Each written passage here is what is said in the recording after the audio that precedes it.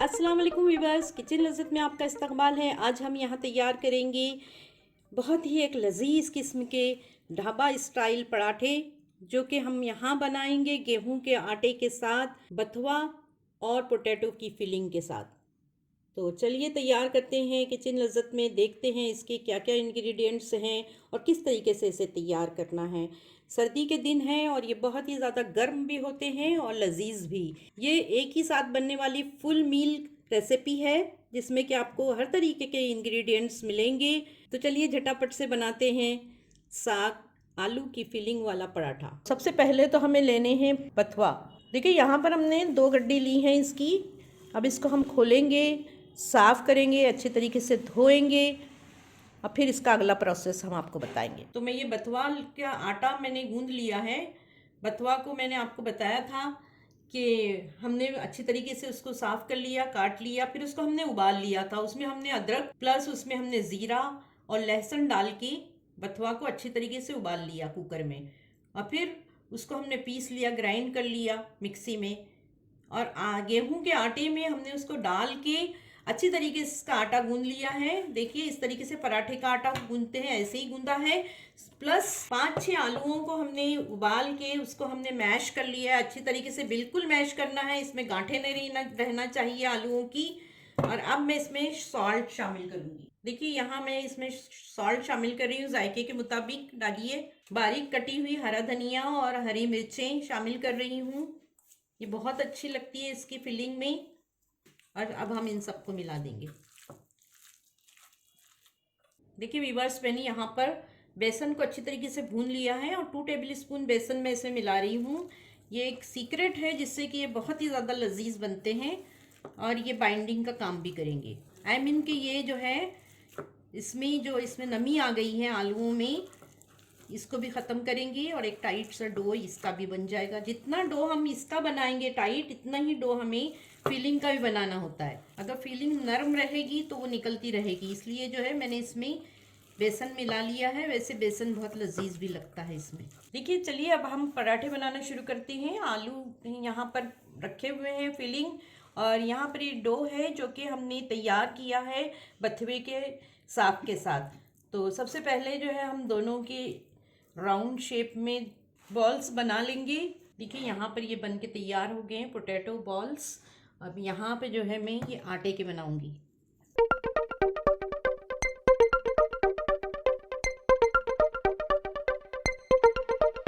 देखिए यहाँ पर पहले हम पूरी के जैसा इसको बेल लेंगे, फिर इसके अंदर फिलिंग रखेंगे।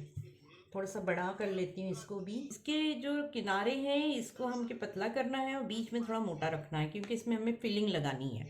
थोड़ा सा तेल लगाऊंगी मैं इसमें, बहुत हल्का सा।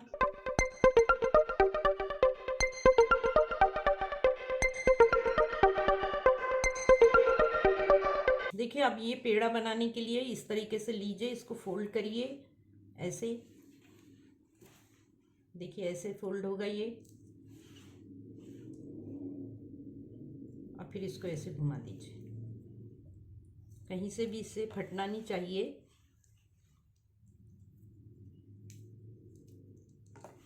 आटा लीजिए थोड़ा सा सूखा, हाथ पे ऐसे दबाइए।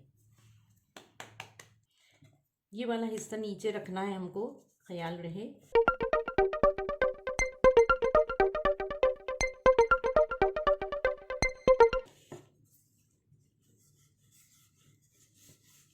देखिए यहाँ पर मैंने जो पहले बनाया था वो मैंने फिलिंग अंदर करके बनाई थी, और यहाँ पे देखिए एक दूसरे तरीके से मैं आप लोगों को दिखा रही हूँ पराठा बनाना। ये ज़्यादा इजी है, बिगिनर्स इसको बहुत अच्छी तरीके से अडॉप्ट कर सकते हैं और बहुत अच्छे इसमें बन जाएंगे पराठे। इसको पूरी रोटी के इतना हमें बेलना है। पराठे थोड़े से मोटे ही रखे जाते हैं वीवर्स, इसको पतला मत करिए ज़्यादा, फिर इसमें मज़ा नहीं आता है खाने में। साग वाले पराठे जो हैं वो ज़रा ज़्यादा खाए जाते हैं, ख्याल रहे। बहुत लजीज बनते हैं, इसको ज़रूर बनाइए और इस बात का ध्यान रखिए कि फिलिंग जो है वो ज़्यादा नरम ना होने पाए। फिलिंग को नरम मत कीजिए। देखिए एक मैंने बना दिया है, अब मैं ये दूसरा भी बेलूँगी। बिल्कुल डिफरेंट तरीके से बता रही हूँ मैं, थोड़ा थोड़ा आटा डालते रहिएगा ताकि बेलने में आपको आसानी हो। देखिए दोनों का बिल्कुल साइज़ एक होना चाहिए, दोनों पराठों का साइज़ एक होना चाहिए, बड़ा और छोटा मत करिए।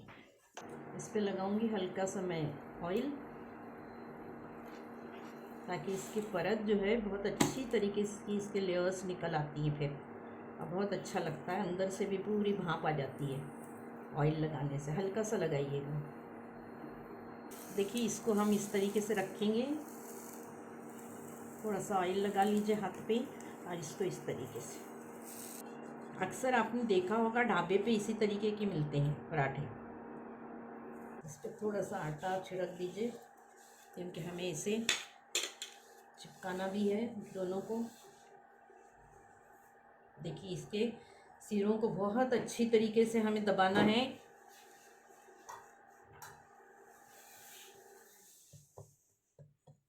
देखिए इसको हल्का हल्का दबा लीजिए इस तरीके से किनारों को,